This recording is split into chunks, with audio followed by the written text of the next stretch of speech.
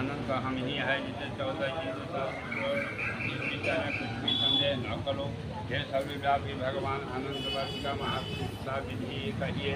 अनंत वर्ष का अनुष्ठान करने वाले प्राणी को क्या पुण्य और क्या फल मिलता है यह सब भी कहिए।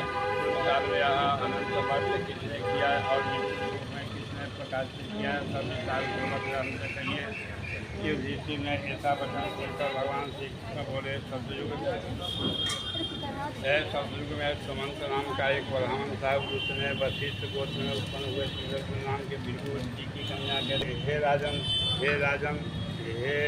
राजन दीक्षा नाम की स्त्री से समय पाकर अनेक सुंदर लक्षण से युक्त एक कन्या उत्पन्न हुई। वही शीला नाम से अत्यंत सुशीला कन्या पिता के घर बढ़ने लगी। उनकी पतिव्रता माता कराजल को दास दुखी हो नदी के जल में प्राण त्याग कर स्वर्ग को चली गई। तदनंतर उसे श्रीमंतु नामक ब्राह्मण ने ध्रुव नाम की एक सुशीला नाम की कन्या से विधि विधान पूर्वक विवाह किया।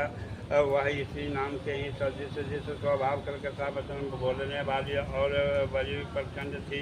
वह शीला नाम की कन्या पिता के घर गृह कार्य करने में बड़ी चतुर थी। वह आंगन बाहर दरवाजे के ऊपर देहरी के ऊपर स्वस्ति कमल नीले सफ़ेद और काले अनेक प्रकार के चिन्हों को लिखकर देखा करती थी।